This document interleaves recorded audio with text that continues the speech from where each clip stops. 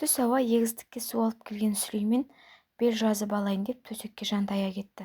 Шаршағаны бүлініп тұр. Сілесі қатып ұйқыға шомды. Түскі асын ішкесін аздап көз шырымын алатын әдеті болса да, күндегідей емес. Осы жолы ұйқысы қатты болды. Құдай қосқан қосағының ұйқысын бұзып алмайын деді ме, Керімбала үйге кірмеді. Үй артында жиналған тезектен бір қап тезек әкеліп, қазанның астына от жақты. Іште күбірлеп бірдеңені айтып жүр, бірақ оны өзінен басқа ешкім естімейді. Үйдің бар шаруасын өзі атқарса, үстін кір жуытпайтын өте кірпияз, аққұба келген, бойшаң, сұлулығы бет жүзіне байқауға болады. Жас шамалап қалса да, сыны кетпеген көрші қолаң тұрмақ ауылдағы ағайын бетіне тіке сөйлей алмайды. Мінезде жоқ емес, тәкаппарлығы бір басына жетіп артылады. Өсек аяңға жоқ, бірақ кесіп айтады. Сонысынан ба бірді-екілі замандасы болмаса, көп ешкім жуықтай қоймайды. Кейде көңілі жадырап, шешіле сөйлеп, тісінің астында зілді әзілін айтып қалатын кезі де кездеседі. Бірақ ондай әрекет сирек. Көбінесе іште бір мұң бар. Мұңмен жалғыз өз арпалысып, күн кешіп келеді. Бүгін де жадырамады. Мұңайып жүріп, қазандықтың астына от жақты. Күндегідей емес, самал жоқ. Үп еткен жел болса, оттың астында қызыл шоқты лаулатып әкетер еді. Бүгін бықсыды да қойды. Қараңғалғыр, мына от тұтана ма? Кеше жиналған тезек емес, 40 жылды малдың жапасы. Сусылдап кеуіп қалған. Сүлейменнің ошағы тұтан деп оттың астын үрлеп-үрлеп жіберді. Қызарған шоқ бір лап етті де, түтіндеп өзіне қарай кері қайтты. Көк түтін бетін жауып, көзін ашытып барады. Ащы түтін танауымен қоса тамағын қуып, көзін жасауратып жіберді. Жаулығының ұшымен сүртіп тұрғанда қызыл жалын жылтыңдап қаланған тезектің арасында сиырдың тіліндей әр тезекте бір жалап от тұтана бастады. Ошақтың басында отырып, Керімбала көзінің жасын сүрте берді. Басында түтіннің шыққанымен бұл жолы шынайы ыстық жас беттегі әжімдердің арасында тарам-тарам болып, арнаға түскен судай жылжып, жаулығының ұшына тамды. Қыз күні есіне түсті ме, қалың ойға шомылып, ыстық жалынға қарап үнсіз отыра берді. Керімбала Іле өзенін жағалаған Балғалы руының қызы. Әкесі толыспай асқан дәулетті кісі болған деседі. Балымбай да қара жаяу емес. Текті жермен құда болам деп, ұлы Сүлейменге 13 жасар Керімбаланы алып берген. Бар жастығы мен қызықты шағы өтсе де, үйде екеуінен басқа тірі адам жоқ. Отасқандарына да көп жыл өтті. Алла екеуіне бір шақалақты бұйыртпады. Бағанағы Сүлейменнің оты тұтан деп шоғырлеп жібергендегі осы. Жатса да тұрса да жаратқанға жалбарынып, бір қызықты көрсет дегеніне 40 жылдан асып кетті. Сүлейменде іштегі қынжылғанымен сыртқа сыр білдірмей, қу тіземді құшақтап өтермін деген ой жиі мазалайды. Жазғаны осы шығар деп қыздай алған Керімбаласымен күн кешіп келеді. Отқа қарап мұңайып отырған Керімбала қазанның тасығанын естіп есін жиды. Сақырлап су қайнап Сүлейменнің ас суын беруге қамданды. Қара қазанмен бірге сары самауырынды ызылдап, суы сыртына бұрқылдады. Керімбала бұл уақытта үйге кіріп, дастарханды әзірлеп, самауырынды да әкелді. Сүлеймен сол қатқан күйі орнынан да қозғалмады. Әй Сүлеймен, тұрсаңшы, шаңқай түсте жатқан төсегіңнен тұрмадың ғой. Өзің өліп қалғаннан саумысың? Күн еңкеймей шайыңды ішіп, егістікті байқап қайтсаңшы, деді. Керімбаланың даусы зілде шықты ма, шырт ұйқыда жатқан Сүлеймен басын жұлып алды. Өскенің болғыр, ерте оятсаң қайтеді, қатып қалыппын ғой, деп теңселіп барып, құмғанын қолына алды. Беті қолын жуып дастархан басына келді. Екеуі ара шүйіркелесіп отырып шай іше қояйын деп еді, үстілерінен көршісі Күлайша кіріп келді. Қашан келсең екеуің шай ішесіңдер де отырасыңдар. Бір-біріңсіз күндерің өтпей ме? Әлде істейтін істерің жоқ па деп тілмен бір түйреп өтті. Осы сенің тілің мен аяғың қатар жүреді екен. Енді мұқатпай шайға кел деп Керімбала сөзін аяқтай үстемелеп жіберді. Бір кесе ішем де кетем. Біздің шалда шайдан өлгенде бір самауырынды тауысып егіске кетті. Өткен жолы шай ішіп отырам деп төменгі арпаны су басып қалған. Бүгін кетпенін сүйретіп ерте кетті ғой деп сарқылдап күлді Күлғайша. Күлғайша көңіл ашар, жүрген жерін қағытып, қысыр сөзмен елді күлкіге бөктіріп жүреді. Біздей тілімен талай түйреп алған. Онысымен өзі аңдамай қалама, артынан сонысынан бармағын тістеп жатады. Әзілі көп, ешкімге әдейі кеп соқтыспайды. Бәрінің көңілін табамын деп қоржыны қалжаға толы келіншек. Осы отырғанда біраз әзілін боратып, тұнжырап отырған Сүлеймен мен Керімбаланың езуін жиғызбады. Тумасынан бір тоға көп әзілге езу тарта қоймайтын Сүлеймен Күлғайшаның әңгімесіне балаша күледі. Әзілдесіп отырып Сүлеймен орнынан тұрды да, өйтпесе Күлғайшаның әңгімесін бітер түрі жоқ. Ерте жіберген суы атсыздан асып, бар бақшаның басып алған шығар.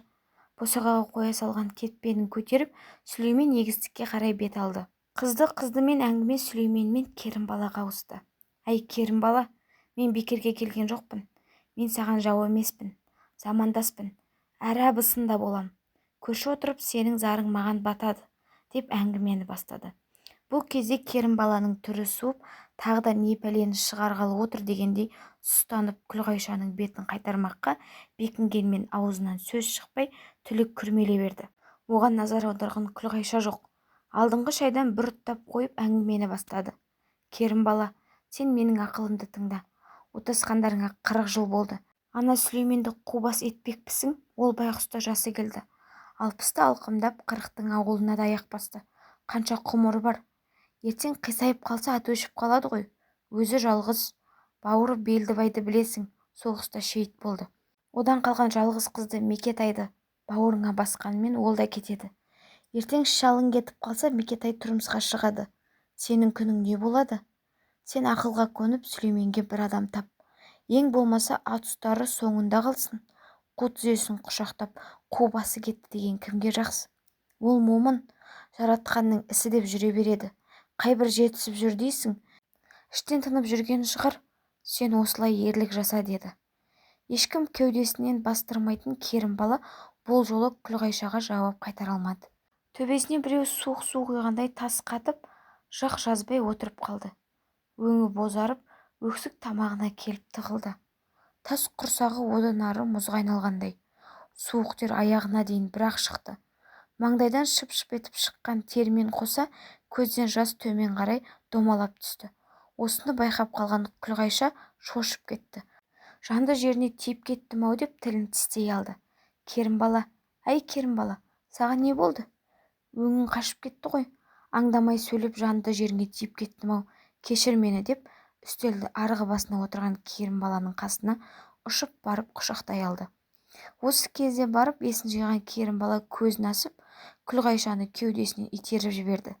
Бір нәрсені бүлдіргенін сезген Күлғайша орнынан тұра сала үйіне қарай безек қақты. Ал Керімбала болса отырған орнынан қалшиды да қалды. Аяқ-қолы дірілдеп, көзі тұманданып, санасына түрлі ой келді. Сонша жыл бетіме ешбірі қарсы келмегенде Күлғайшаның бұнысы несі? Бедеулігімді бетіме басқаны ма? Төрімнен көрім жақын қалғанда Сүлейменнің құшағына өзгені қайтып қиямын. 40 жыл ыстығымыз бен суығымыз бірге өткенде көрейін дегенім осы ме еді? Бұл қай сасқаны деп өкіріп қоя берді. Бар шерін шығарып, етегі жасқа толып, іштегі запыраны шығып, жеңілденіп қалғандай болды. Бірақ Күлғайшаның сөзі құлағында қалып қойды.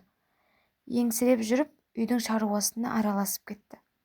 Түстегі дастарханды жинастырып, Сүлейменнің тамағын дайындады. Кеш қарая Сүлеймен де келді. Бір ай бұрын асарға сойған қой етінен қалған бір жілікті қазанға салып, кешкі асты алдыға келді. Белдібайдан қалған жалғыз қыз Мекетаймен бірге отырып, үшеуі ет жеп ауқаттанды. Күндегідей емес. Дастархан басы үнсіздік орын алды. Ара-тұра Сүлеймен сушылардың әңгімесін айтқанымен, Керімбала оның біреуін де естімеді. Бар ойы күндізгі Күлғайшаның айтқан әңгімесі ойынан кетпеді. Жүрегін тілгілеп сыздатып барады.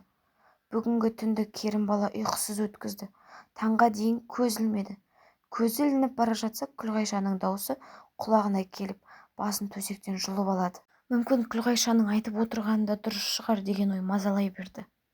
Бірақ отасқан күйеуіне деген қызғанышы қимастығы жібермеді. Ойды ой қуып, санасы сансаққа жүгіріп жатқанда күн ұясына шығып таң атты. Күндегі әдеті бойынша Сүлейменнің жұмысына жіберіп, шаруаға араласып кетті. Күніне 2 келіп кететін Күлғайша да аяқ баспады. Буынсыз жерге пышақ ұрғанын біледі. Оның үстіне Керімбаланың мінезімен де жақсы таныс. Беті күйіп аяқ аттамады. Бірнеше күн осылай үнсіз күн кешіп, көршісімен араласпай қалды. Қанша жыл қатып қалса да жүректің түбінде бір жылылық бар емес пе? Онсыз да жатса тұрса да жалбарынатын Керімбала ақылға келгендей болды. Ары қарай Күлғайшаға өзі барды.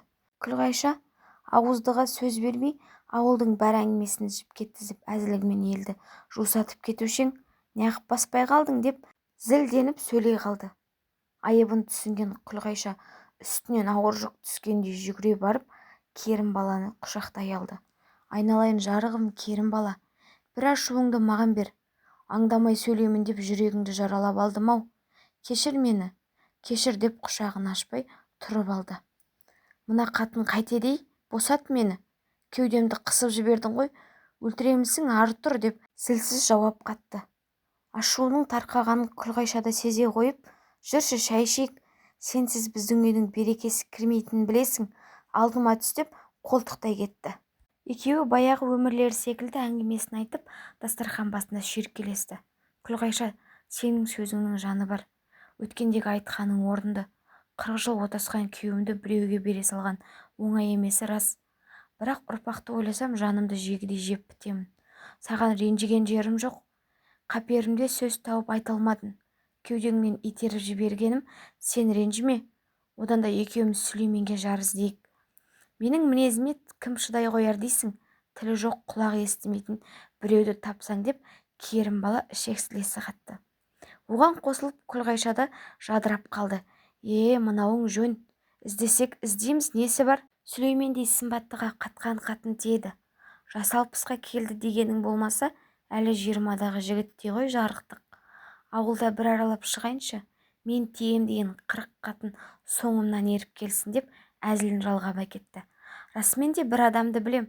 Көрші ауылда дәл сондай бір адам бар деп Күлғайшаға көзі жарқ ете қалды. Кім ол? Расымен тілі жоқ, құлағы керең әйел ме? Ол мұқалмен қайтып тілдесеміз, көне қойса жақсы. Айны қалай қабылдайды деп Керімбала өзектей түсті. Тілдесетін несі бар? Сүлейменге бала туып берсе болды емес пе? Мына көрші ауылда Омар деген кісінің Орынша деген қызы бар. Жас күнінде қатты шошынып қалса керек, содан тілі шықпай қалған. Құлағы да ауыр естиді. Ағаймен жағдайын айтып көрсе көнеді деді. Сол күннен бастап Керімбаланың тағы да ұйқысы қашты. Бір күні сәлем сауқаттан салып, көрші ауылға кетті. Омардың үйіне барып Орыншаны көріп қайтты. Тіл аузы жоқ дегені болмаса, құрсақ ұрпақ өрбітер шамасы бар. Сол ауылға бірнеше рет қатынап жүріп Омарға жағдайын жеткізді. Бұл кезде ауылда әңгіме тарап кеткен болатын. Ауылда құпия болушы ме еді? Сүлеймен де естіген. Сыр білдірмеген сыңай танытқанмен Керімбаланың ісіне іші жылынып қалды. Оңашада көңілі босап, көзіне жас алып та алды. Ақыры не керек, Орыншаны үйіне әкелетін болды. Жөн жоралғысын жасап, Орыншаны әкеп Сүлейменге екінші әйел етіп қосты. Алғашқы күндері іші ұлып өзін жайсыз сезінгенімен, Керімбала күн өте бой үйретіп көндіге түсті. Үйдің бар бейлігі өзіне өтіп, Сары бәйбіше атанды. Ас суды өзі дайындаса, қара жұмысты Орыншаға жүктеді. Кейде өзінің зілдігін көрсетіп, тоқалға басшылық жасайды. Орынша байғұс айтарға тілі жоқ, Сары бәйбішенің айтқанына көндігіп, сол үйдің отымен кіріп, күлімен шығатын болды. Бар ауыр тірлік соның мойнында. Күннен күнге Сары бәйбішенің үстемдігі арта бастады. Араға 9 ай салып, Орынша дүниеге шекесі торсықтай ұла келді. Бүтін ауыл болып Сүлейменнің баласының тойын тойлады.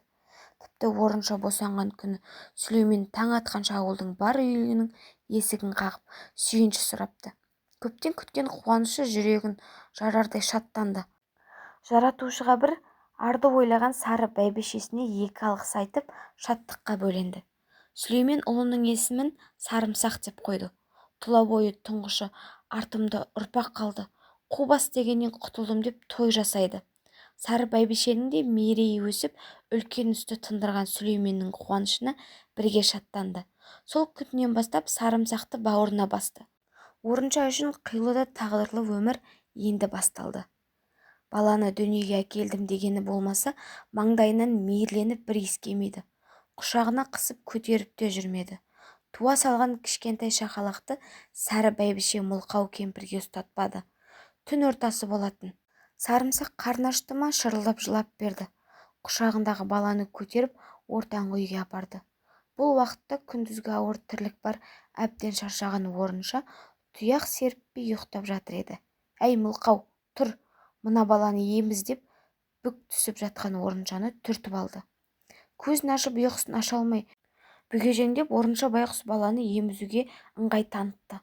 Туғаннан баланы қолына дұрыстап ұстамаған орынша байғұс дұрыстап емізудің ыңғайын таппай, оның үстіне сары бәйбішеден де қорқақтанып қалақтай берді. «Мына мылқау қайтеді, баланы өлтіресің, бұлай тұр, ұстама» деп жұмыстан жарылып кеткен қолын қағып жіберді. Қолымен орыншаның омырауын ағытып сарымсақты мылқау кемпірдің омырауын тосты. Ашығып қалған сарымсақ анасының омырауын мейірлене сорып бауырына қарай тығыла түсті. Осы сәт керімбаланың жүрегін дір еткізіп қолынан баланы шығарып ала жаздады. Сыр білдірмегенсіп орыншаның қос омырауын кезек-кезек емізіп баланы қайта алып кетті. «Болды, жата бер, қатты ұйықтап қалма. Түнде жыласа тағы әкелем» деп қолымен түсіндіріп дауыстап сөйледі. Сары бәйбішенің сөзін мылқау кемпір естіді ме, тек қолымен нұсқаған ұққандай болды. Қайран ана, тас емшегін жібітіп, тар құрсағын кеңейтіп, ішінен жарып шыққан баласының құшағына қысып ұйықтай алмағаны қандай қиын. Мейірлене иіскеді. Баланың иісінен асқан тәттілік бар ма? Мылқау іштей жыласа да қолдан келер қайран жоқ. Ары қарай бүк түсіп жата кетті. Күн осылай өте берді. Баланың тәрбиесі де бар, ықыласы да сары бәйбішеге тиесілі. Оны былай қойғанда ес біле туған анасын мылқау емес керімбала деп өсті. Орынша бәрінің артынан бірін туып, Сүлейменге 3 ұл, 1 қыз туып берді. Барлығы да біздің шешеміз керімбала деп ержетті. Әредікте көрші қатындар сендердің шешелерің анау мылқау десе, намыстанып жылап қалатын кездері де болды. Бір жолы кенжесі Құралайдың маңдайынан иіскеген үшін сары бәйбішенің қаһарына түсіп қалған. Үйге кірсе бесікте бөленіп жатқан Құралайды көреді.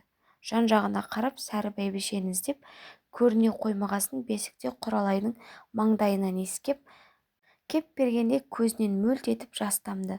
Ана сезімі оянды ма, нәрестенің иісіне мауқын басып бесікке басып қойып ұйықтап кеткен. Дәл осы кезде сары бәйбіше де үйге кіріп қалады. Қызғанышы оянып бесікке басын қойып отырған мылқауды нұқып қалады. «Тұр бұлай, бесікті аударасың. Саған бала не керек? Бар жұмысыңды істе» деп үйден шығарып жіберді.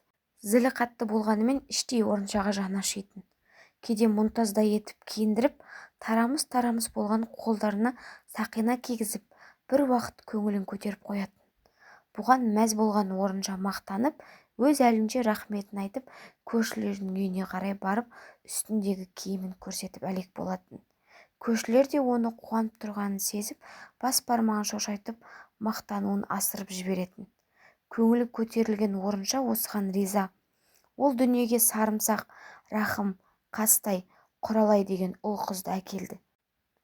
Кішісі дүниеге келгесін көп ұзамай Сүлеймен дүние салды.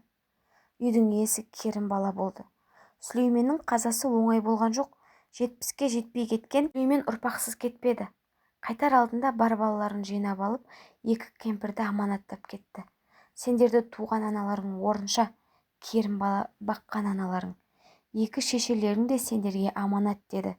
4 бала да орыншаның туған аналары екенін шынайы білді. Жүректерімен сезді. Бірақ олар әлі жас еді.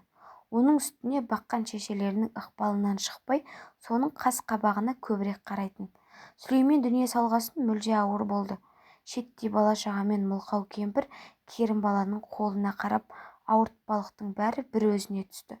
Тұрмыстың тауқыметі қиындай түскенде керімбала мылқау кемпірді төркініне апарып тастады. Ай өтті, жыл өтті, өмір зулап жүре берді. Орынша да төркініне сіңісіп кетті. Ана емес пе?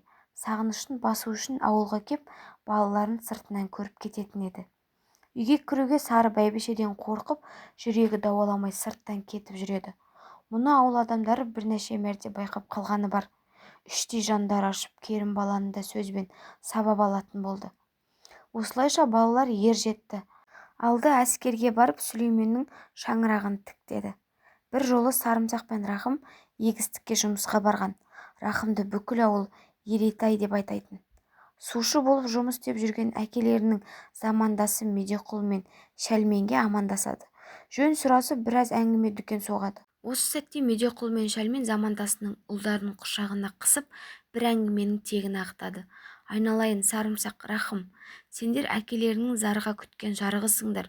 Сүлеймен жарықтық өте момын болды. Ағайынмен тату, досқа адал, өте еңбекқор адам еді. Аузы дуалы, ботагөйлі бір төбе еді ғой. Жарықтың жатқан жер жайлы болсын. Сарымсақ, сен білесің бе, сен дүниеге келгенде әкең бүтін ауылдың есігін қағып сүйінші сұраған. Қуанышы қойнына сыймай жарты әлемге жар салып қуанып еді. Сол бір күн кеше ғана өткендей еді. Енді міне сендер үлкен жігіт болдыңдар. Бір шаңырақтың иесісіңдер. Сендерге бір нәрсені айтайын. Ана туған аналарыңа жиі барып тұрыңдар. Ол бейшара сендерді жарық дүниеге әкелді ғой. Өткен жолым түсіп сол ауылға барған кезде жұмыста жүрген орынша байғұс қасындағы қатындарға саусағын санап, менің 4 балам бар, мені алып кетеді деп жатыр екен. Тілі жоқ болса да жаны бар адам ғой. Ымдап айтып жатқанын мен де түсіндім. Жаным ашып кетті. Оның үстіне денсаулығы да кетіп қалыпты. Жасы да келіп қалды ғой. Шамаларың жетсе қолдарың алыңдар. Айтайын дегенім осы, деді. Әкесімен бірге жүрген әкелерінің бұл сөзі Сарымсақ пен Рахымның жүрегін толқытып жібергендей болды. Оның үстіне Сарымсақ жақындағаны шаңырақ көтерген болатын. Екі ақсақалдың сөзіне құлақ асып, таң сәрісімен Сарымсақ қасына келіншегін ертіп туған анасының үйіне барды. Қасына келін ертіп барған Сарымсақты көрген орынша қалбалақтап жүгіріп келіп құшақтай кетті. Қолынан сүйіп, қуанып, көзінен жас тоқтамай жылай берді. Құшағын ашпай мауқын басты. Келінін көріп маңдайынан иіскеді. Ыңылдап қолымен сермеп бір нәрселерді жеткізгісі келді. Қолынан сүйреп ескі қораға қарай жүрді. Бүгежеңдеп барып қораның бұрышын қазып тығып қойған бір орамалын алып шықты. Ұлы мен келіннің қолына ұстатып аш дегендей ишара танытты. Жарығым-ай, ана жүрегі емес пе? Төркінінде жүріп ұл-қызын ойлаған. Жастайынан мейірімге қан басада балаға деген махаббат ерекше. Жылдар бойы істеген еңбек ақысын тығып кілең бақыр тиынын жинап ұлы мен келіннің қолына ұстатқаны Сарымсақтың көңілін толқытты. Керімбаланың ашуынан көңілінен бірігіп туған ананың махаббатын сезінбеппін ғой. Көңіліңнен айналдым анашым деп құшағына қысты. Ұлы мен келінін көріп көңілі жадырап қалған орынша біразға дейін қуанып жүрді. Маңайындағы қыз келіншекке мәз болып ұлының келгенін жеткізді. Бірақ ауруы күннен күнге дендей берді. Анасының ауырып қалғанын естіген ұлдар келіп бір жола үйлеріне алып кетті. Үйге кетеміз, алып кетем деп Сарымсақ пен Рахым келгендегі орыншаның қуанғанын көрген ауылдастары көз жастарына ерік берді. Байғұстың өміріндегі ең бақытты сәті осы шығар. Жарық дүниеге нәресте әкелгенде былай шаттанбаған болар. Ал бүгінгі бақыт мәңгілік есінде қалары сөзсіз. Мылқау кемпір Сары бәйбішенің үйіне келгенімен көп жүрмеді. Науқастанып келген орынша сал болып төсек тартып жатып қалды. 3 жылға жуық төсек тартқан аналардың балалары балапандай қорғаштап бағып қақты. Амалғанша ақыры дүние салды. Туған анасын арулап мәңгілік сапарына шығарып салды.